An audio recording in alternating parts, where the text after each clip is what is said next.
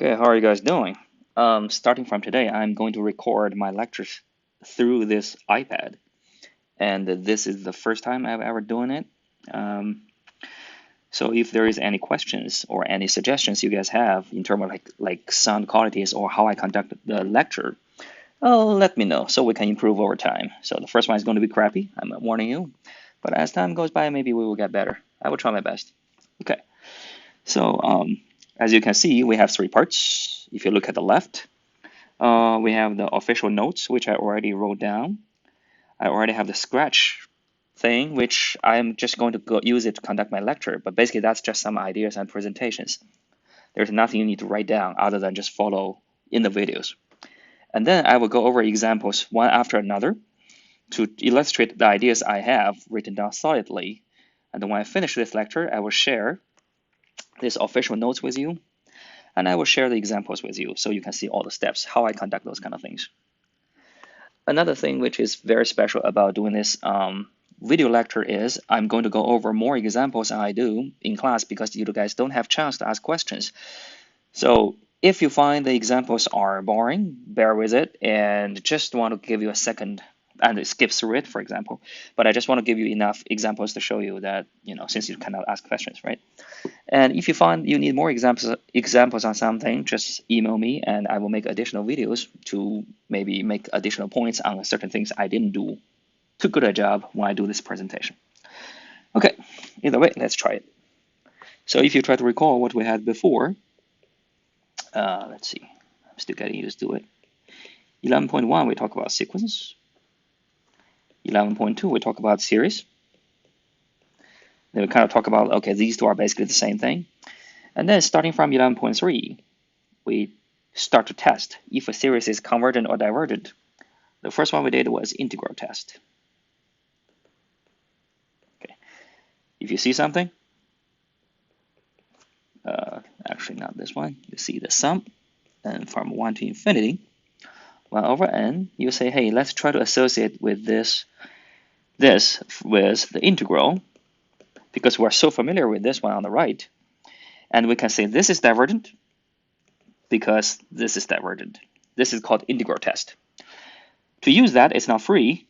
Number one, you need to show it's positive, decreasing, and continuous. If you try to recall, we kind of discussed through the proof why these three are essential. And then through that, we actually developed a whole way of doing integrals using something we had before, doing series using something we had before, which is integrals. So that is nice. Now we want to move to the next thing, which is 11.4. Now let's consider this.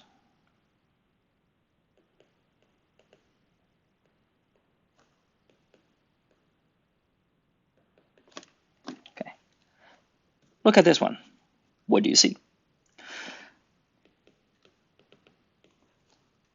Look at this one. What do you see? Okay, so this one is probably a little bit trickier because we cannot start from 1 anymore. We cannot divide by 0 as we start from 2. Okay.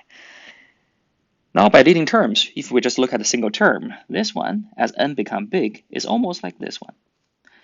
This one, as n become big, which is almost like this one.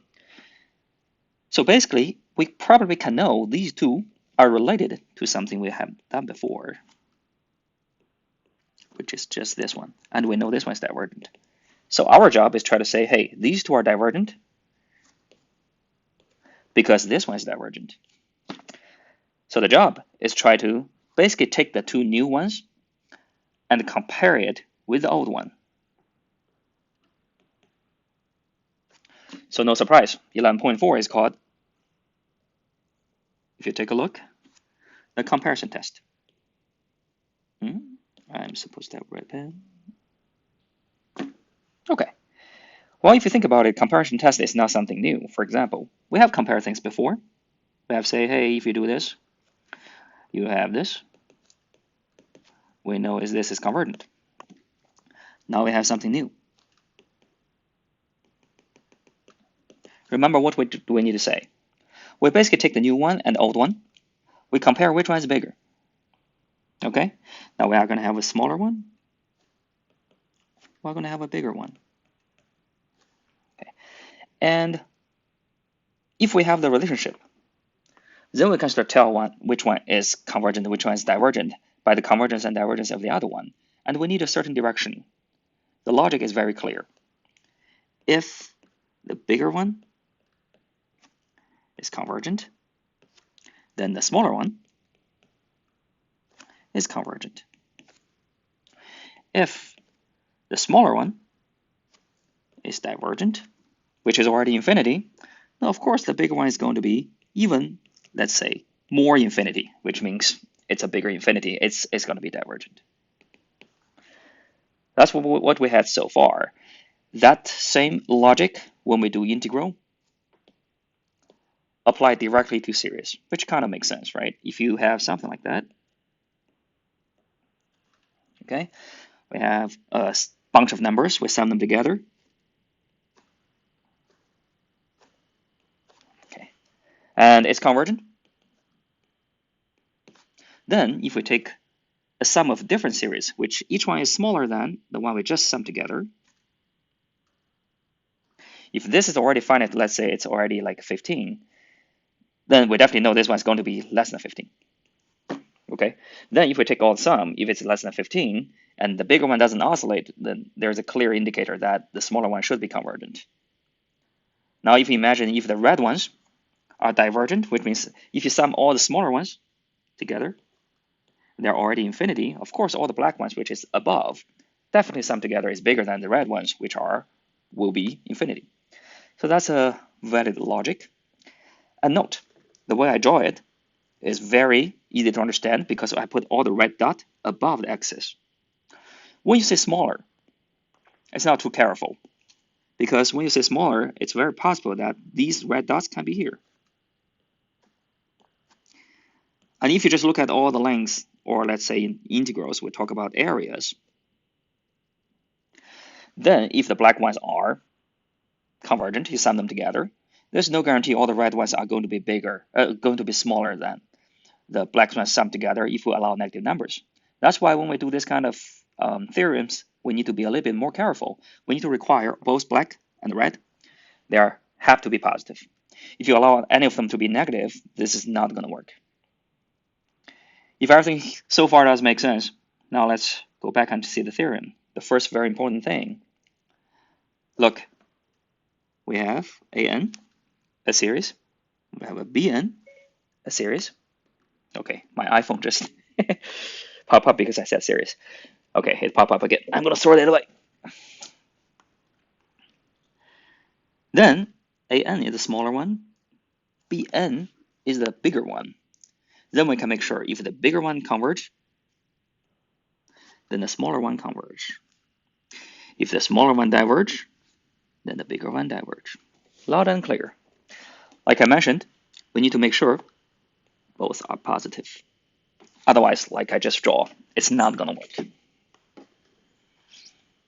Okay, with that in mind, let's try to apply it for several examples.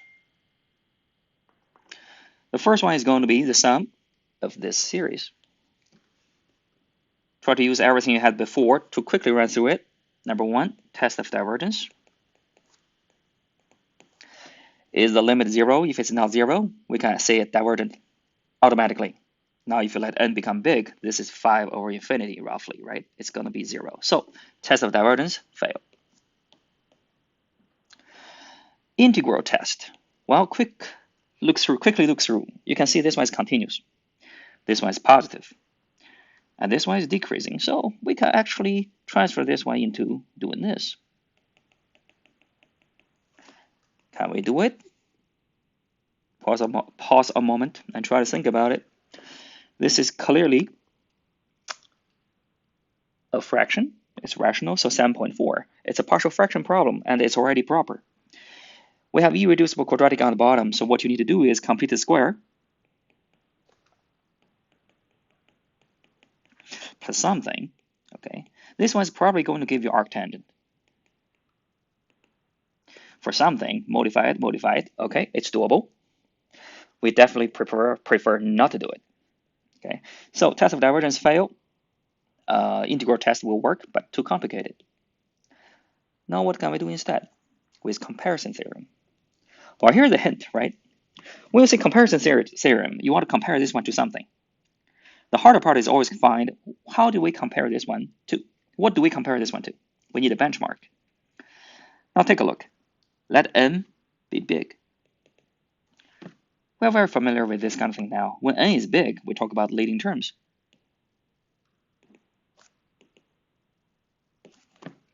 So on the bottom, what's the leading term? N squared, n and 3. Of course, this one is the biggest.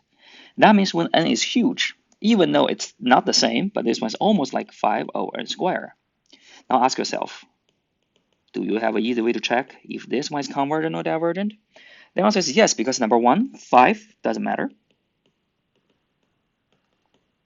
And if this is n squared, we have something called p series.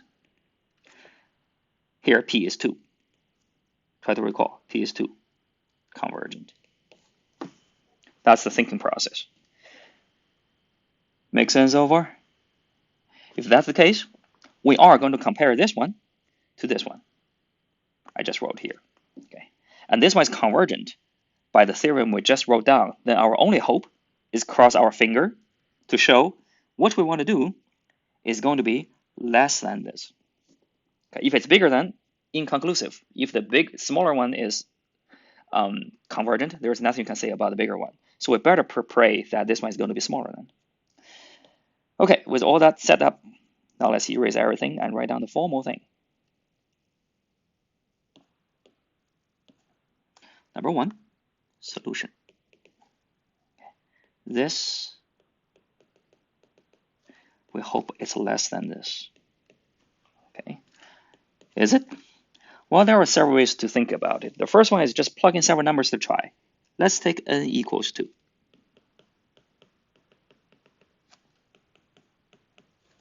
Okay, do several ones, you will find, okay, it is less than. Then after that, you should observe, okay, basically, the bottom of the left will always have additional terms, like that, right? And they're always positive, which will make the bottom, the denominator of the left, bigger. And after you flip it, it will make the whole thing smaller with a bigger denominator. So we can easily just say this is going to be less than. In our class, you don't have to show any job other than just try something and make sure you have the right conclusion, because this one is relatively easy. If that is okay, then what we need to do is then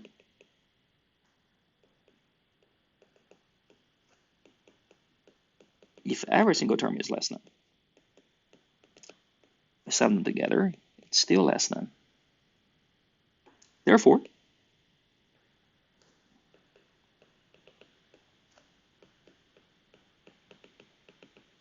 is convergent. Because this one is convergent.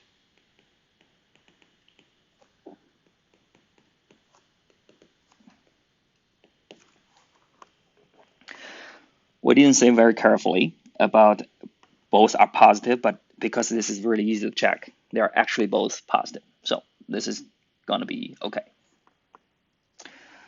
Sounds good? That's the first example. Now let's look at the second example.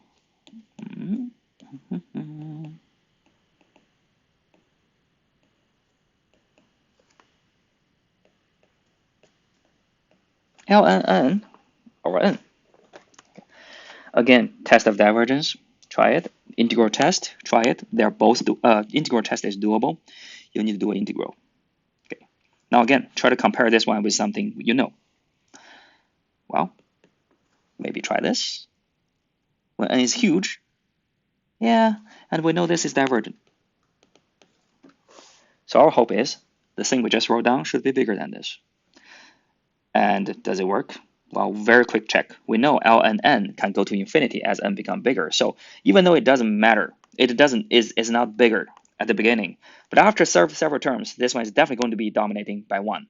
So if they share the same bottom, one has a bigger top, the one with the bigger top is going to be bigger. And that's exactly the direction we want. So, solution. ln n is bigger than 1. Therefore, ln over n is bigger than 1 over n.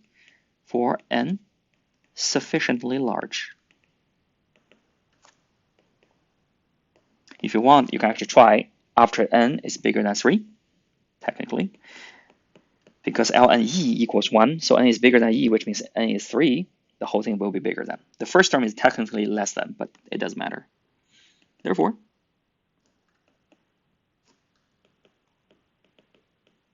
this one's bigger, this one's smaller, and because the smaller one is divergent, the bigger one is definitely going to be divergent.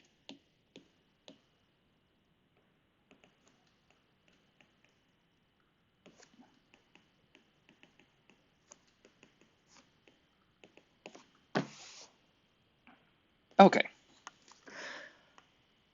We have done 2 examples so far. Now, you can see it's very easy to check.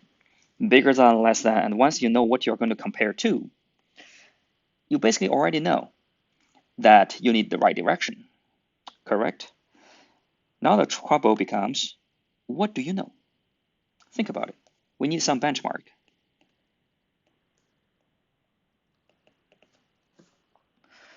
What are some terms you have known before, which are, number 1, easy to check if it's convergent or divergent. Number 2, it shows up a lot. Well, the first thing we have is P in P series for sure. So that's the first good benchmark. Like 1 over n squared, 1 over n to the cube, or sometimes 1 over square root of n. All these kind of things are really easy to check. So maybe those are your benchmarks. And if you take the leading term, it's going to happen. Number 2, if you try to recall, we do know geometric series. So if you see something, better compare them to something which is like 1 over 2 to the n. I don't know, like 4 to the n divided by 6 to the n. It's very easy to check them. Therefore, to compare things to them is a valid comparison. Number 3, every time we have comparison theorem, we have squeeze theorem, we are going to have sine cosine. Let's put n here to make it careful. And that's pretty much all we know. So from now on, if you want to use comparison theorem, you want to compare them to something.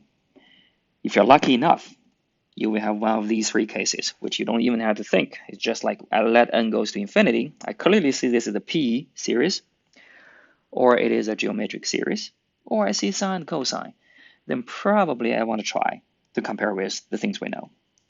Any cases other than that, like I said, good luck. And in general, you need to be creative. That's why this one is kind of harder. So I put all these benchmarks here in the notes. You can check later. But let's try some examples. We already tried one with P series, another one with another P series. Let's try some example with the other 2. So let's put them together. We want a geometric series and sine and cosine to be together. How about we make up one, which is n from 1 to infinity.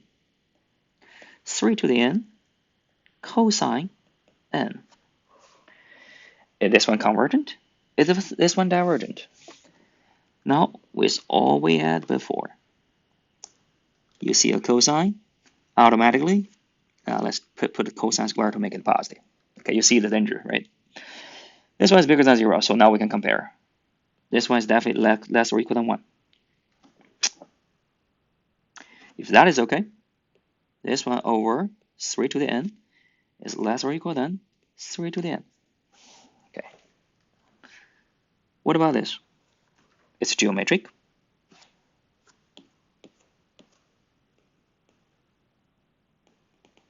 R equals 1/3. Convergent or divergent?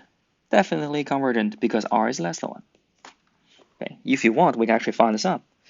Then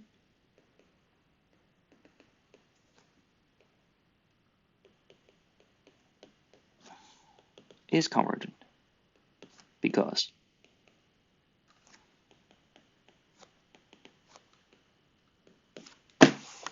okay, so that is very good. Oh, not because this is convergent, because the sum of this is convergent. That is very good, and I think you have the idea of what we're trying to do here. So I think that's enough for this very simple theorem. Note what I just did. We started with cosine n. Then I noticed, okay, cosine n is technically not always positive. That means we cannot apply the comparison theorem. That's why the example, I squared it to make sure everything is legal. Of course, if you want to dig further, what if you just have cosine n? Then, with our old trick, it's still less than 1. But now we need the other direction, because it can also be positive, but it's bounded below from -1 over 3 to the n. And you can see this is going to be the squeeze theorem. The sum of this is going to be convergent. Sum of this is going to be convergent. What about this one? I think it's safe for you to say it's convergent. But because it can be negative, you need another direction here. Okay. Of course, that's not our concern for this section. All right. Hopefully you get the idea. Now let's go back to the notes. That's beautiful, right? That means, for example, let's see. That means if we know sum n equals 1 to infinity, 1 over 2 to the n is convergent, which is geometric, right? With this, we can almost say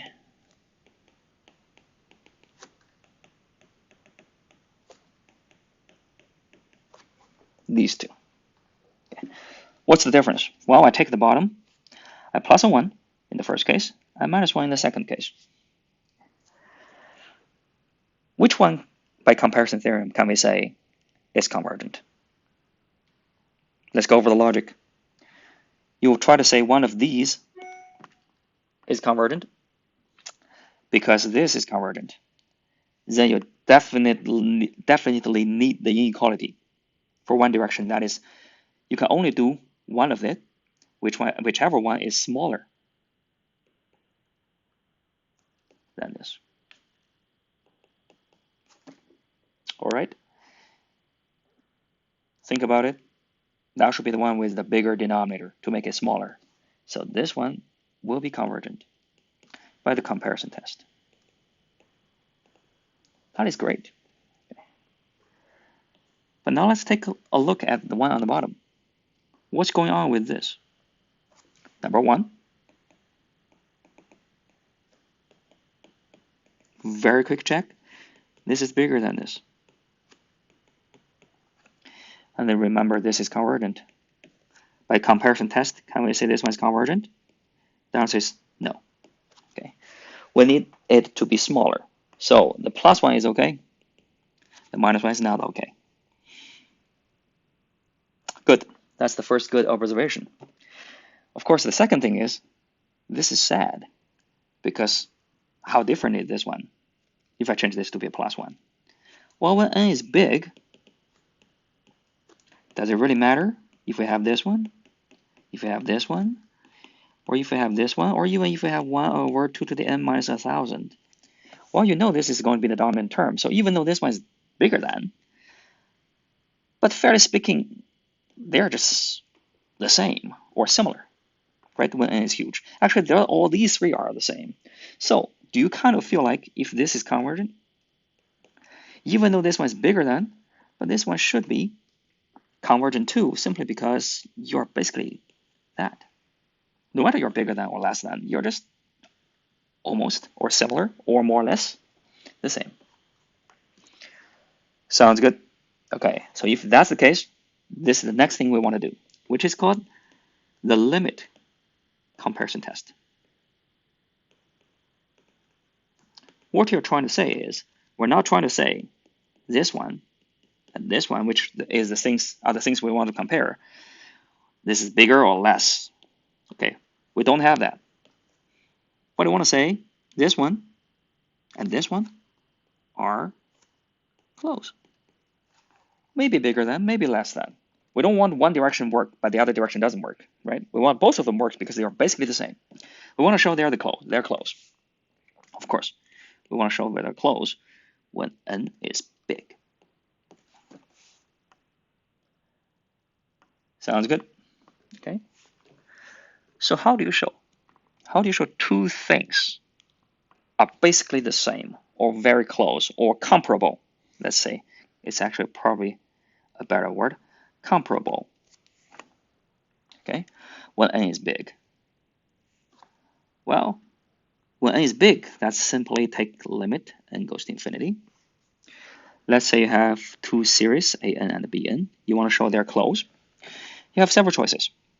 The first one is you take an minus bn and say, hey, but automatically you know the problem, right? You may have something really weird.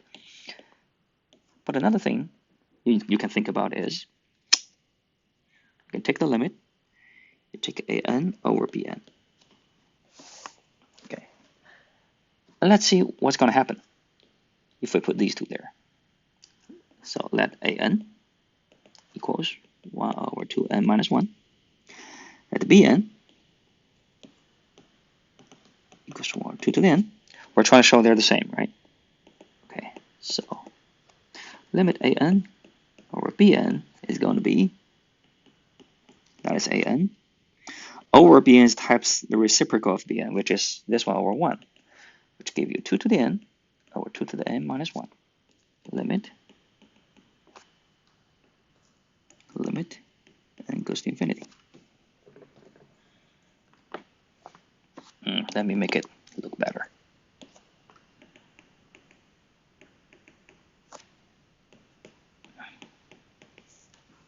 What's the limit? Okay. Now, do you see what's good here? You're trying to say these two are the same. Why? You're trying to tell this one doesn't matter.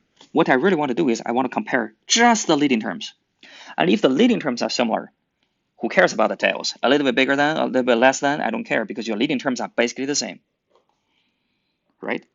And do you see the advantage of putting the ratio? Because once you put the ratio here, you will have actually a direct comparison between their leading terms. Why? Because when you do the ratio like that, you really don't care about this -1. For this case, you got 1. Okay. If you take the limit of an over bn, you got 1. Make sense so far? What does it mean if this is 1 when n is big? That basically means an equals 1 times bn. Not equal, technically. It's almost equal when n is big. Okay. Then if bn converge, can we say n converge? They are basically the same thing, so of course you converge. If bn diverge, what about n? It's gonna also be divergent. So they basically share the convergence or divergence situation. Sounds good? Okay, so that's the first one. Number 2. What if it's not 1? What if it's 2?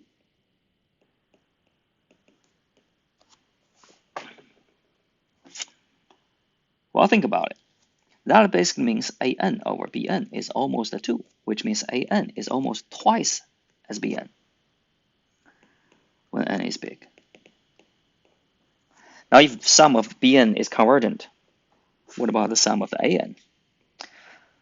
Well, if bn is convergent, an is just going to be half the size of bn, twice the size of bn. If something is convergent, what about you times it with a 2? Still convergent. If something is divergent, what about if you time it with a 2? It's still divergent. Can you see the same analogy still work? Even if you put a 2 here instead of 1, you're not trying to say they're the same. But 1 is a multiple of the other. And as far as we know, you multiply a series by a number. Doesn't change the convergence or divergence of a series. Good so far? If that's the case, what about if I put a 3 here? And this is going to be 3. 3. Again, if some series is convergent, what about you time this with 3? Still convergent. If it's finite, times with 3, still finite. Okay. Good so far? Then we can actually almost 100% to make sure. Actually, if we just put a number here, any number, I can put 100, 99, 27, whatever. As long as it's constant, then one sequence or series is going to be a multiple of the other one with a finite number. Then they both converge or they both diverge. Okay? As long as I stay away from infinity, as long as I stay away from 0, then I'm all set. Sounds good? Okay, let's put all the logic together. We have something like that. We desperately want to compare it with this one. We wish it's less than, because the one on the right is convergent, but we don't have it. This is bigger than. Cool. Now we notice, even though they don't have the right direction, but they should be close. Okay, because 2 to the n and 2 to the n. So we want to compare the leading term. So what we did is actually take limit n goes to infinity an over bn, and then we got a finite number which is 1. That means an is almost 1 times bn. After that, we feel comfortable. Then, if sum n to infinity bn is convergent, we can probably say the sum of an is going to be convergent. This is called the limit comparison test. Okay, we compare them. We don't say which one is bigger, which one is smaller. We say they are similar. We cannot say they are similar with finite number, but we take the limit and say you guys are similar. If I take the limit of one over the other, I got a number. Keep in mind, I got a number. It can be 2, it can be 3, it can be 1/3. It cannot be 0, cannot be infinity, cannot be negative. Okay. Now let's go to my notes. Here you have the formal definition of the limit comparison theorem. Let me make it bigger. Okay. Okay, again, we have 2 series. They're both positive to exclude the negative case. We have limit n goes to infinity, 1 over the other. We got a number. Look, this is a finite number. It's positive because both are positive. And it cannot be infinity. Cannot be 0. Then cannot be 0. Okay, it's here. Cannot be 0. Then if bn converge, an converge. If bn diverge, an diverge. I made a mistake here. So, and vice versa, which basically means you change the direction of the a and bn. So what we said here is if the bottom is convergent, the top is convergent. If the bottom is divergent, the top is divergent. But you can also say if the top is divergent, then the bottom is divergent. All you need to do is try to check if it gives you a constant. Okay, that is very, very important. Let's try some examples. Okay, first one, sum 5 over n squared minus 3. Let's do n cubed. What do we have here? If you take n big, we have the leading term. This will almost become 5 over n cubed. Okay, this is going to be convergent. Good so far. Then what we want is, we want to take this. We want this one to be less than. From here you can see it's not going to happen because the bottom is actually smaller than what you have here. So the right direction is this. With comparison theorem, we should give up right now. But with limited comparison, we say, hey, we don't care bigger or less than. We just want to say 3 doesn't matter. We just want to say n cubed is the biggest influence here. So what we can do is, let bn be 5 over n cubed. An is 5 over n cubed minus 3, which is the one we want. We'll try to show they're close. It doesn't matter which one is bigger or smaller. We put them all together.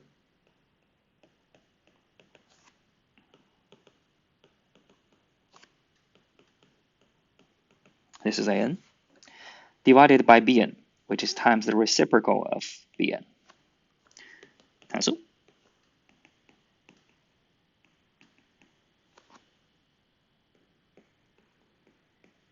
You see the advantage? Again, like I said, when you have this, you finally can align all the leading terms together so you can compare them. Okay. In this case, we have 1. We did a limited comparison test. We got a number. This number, if we want to take a note, not 0, okay, not to infinity. So it's all satisfied. We can trigger the limit comparison test. Then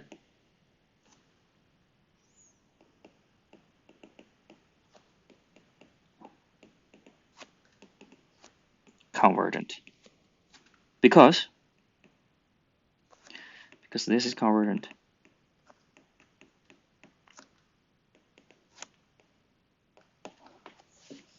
Why? Because they're close. How did you show they're close? I used the limit comparison test. So I would suggest actually put by the limit comparison test. A note here to show people you actually apply that. Sounds good? Okay, so we have another comparison theorem, which basically means we don't say you're bigger or smaller, we just say you're close. The way to say you're close is check the ratio, let n goes to infinity, and you got a finite number. Okay. This is probably not too hard, and you can check it actually with all the examples before. Actually, let's just forget about it. Let's check another one. 5.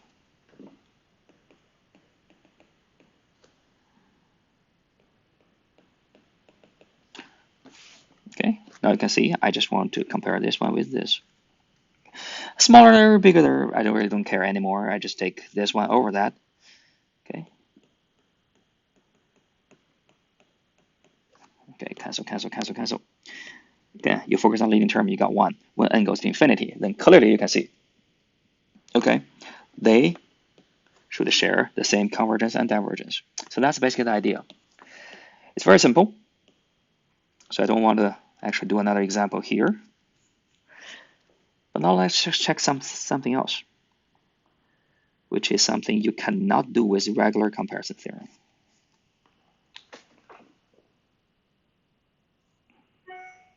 This one. What do you have?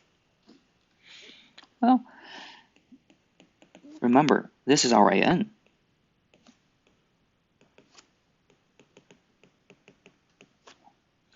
In order to compare it with something else, we need a BN. If you don't know what a BN is, let's just write it down.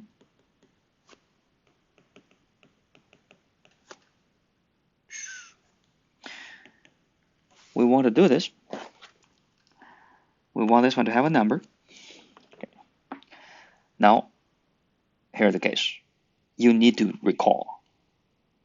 Okay, there's no easy way. You just need to have experiences. You need to recall or be creative and try to say, hey, I have seen this before. And that is this. And this is one. This is actually one of the examples we did. I don't quite remember. I think that's one examples we did in the sequence when we have some sequence like this.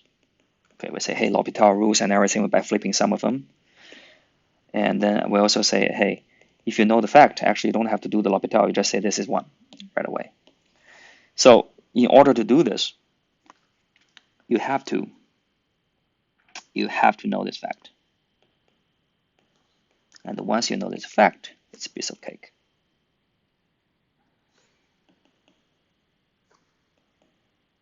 Okay, so just proved sum 1 over n and 1 over n, if you do the limit comparison test, you do have 1. That means they should both diverge or both converge. Now, what about 1 over n, the one you compare it to? Is it convergent or divergent? It's harmonic, it's divergent. Therefore, this one is divergent.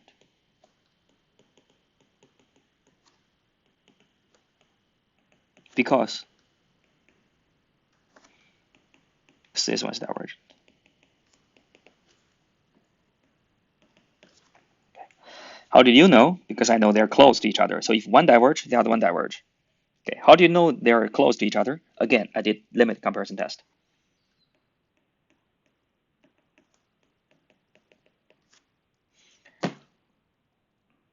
Okay. Loud and clear. So we have both.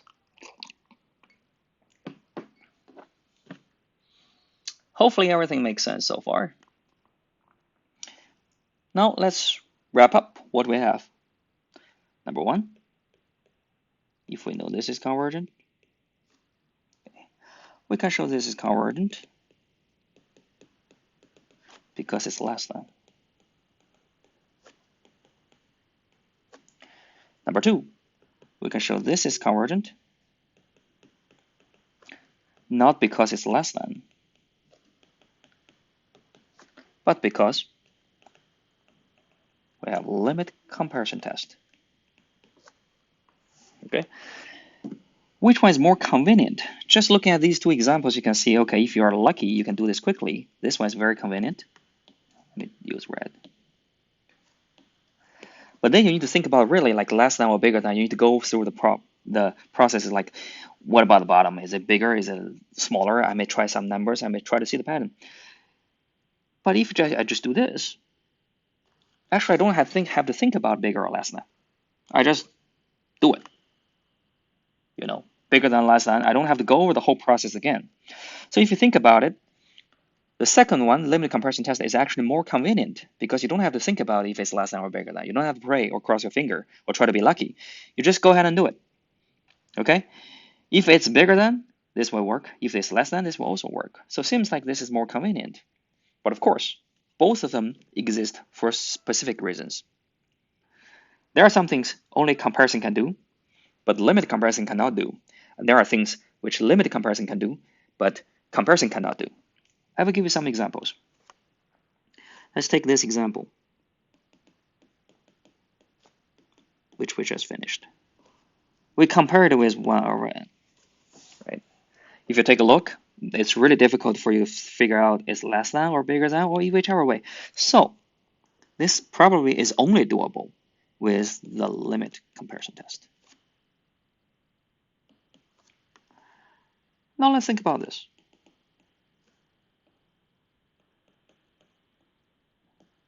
This is another example we just did.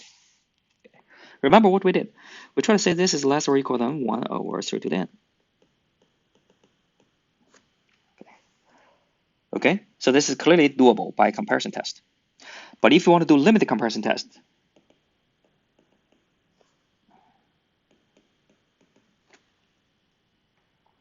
you're going to have this. I'm just going to skip the limit sign.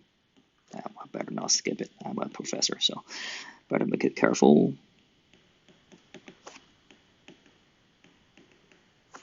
Cancel, cancel. You see the problem, right? Even the leading terms give you 1. Great. But this cosine square n, you could never handle because the limit of this thing is really hard. So for this case, it seems like only the comparison test work. And you don't even know how to find the limit. So even though in general, it seems like this is a no-brainer, but in any case, because it's so convenient, you don't have to think about, by doing a little bit additional work, you don't have to think about bigger than or less than, or the tricky part. But actually, both of them have their cases that only one of them can deal with. So you better know both of them. There's no one is better than the other. It really depends on cases. Okay. That is basically what we need for the comparison theorems. Now, one comment, and then you just go ahead and do the homework, and then come back and bring more questions here. I can certainly go over them. But let's talk a little bit about the limited comparison test.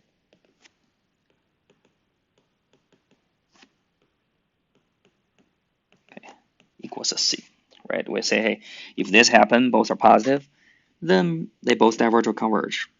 And we'll try to give example. Let's just take this C to be, let's see. Let's just take this C to be 2, right? Then we say, hey, this basically makes sense. You're trying to say an is almost 2 times en. So if this converge, this diverge, this converge, this converge, or this diverge, this diverge. Totally makes sense. And we say, well, this cannot be 0, this cannot be infinity. But now what I want you to think about is actually, what if? What if this is infinity?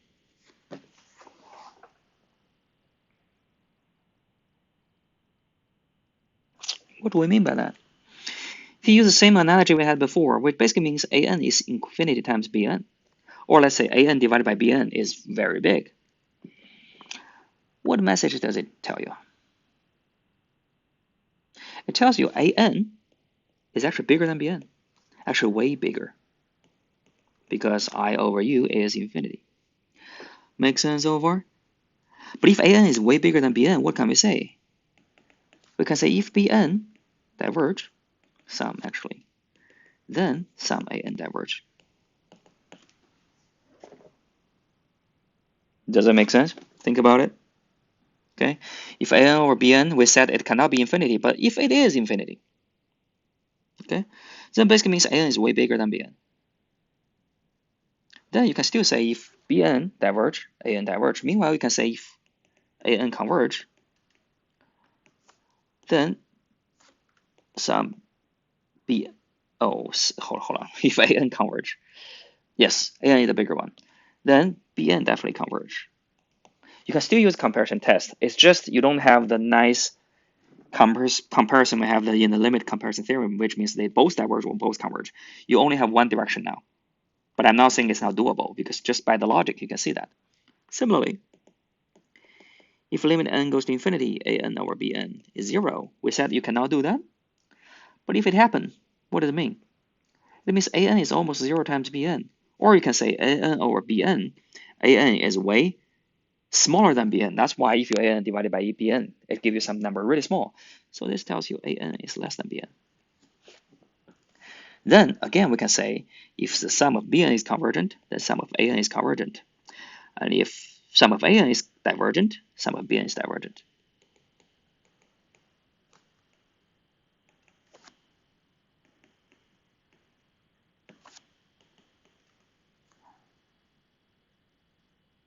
Sum of an diverge.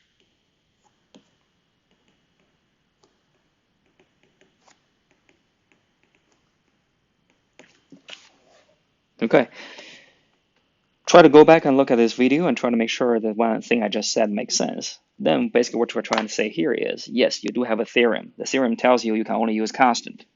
And here's the conclusion. But really, if you think about it, okay, the really important thing is actually understand the underlying mechanics. That is, what are you exactly doing when you put an over bn and let n goes to infinity? You're trying to compare two things, right? A and bn. So if it's a constant, we say they are comparable. One is a multiple of the other. But even if you have infinity, you basically just said the top one is bigger. And if you have the 0, basically you're trying to say the bottom one is bigger. You can still have the one directional comparison. You just don't have the nice bidirectional comparison, which means both diverge and both converge.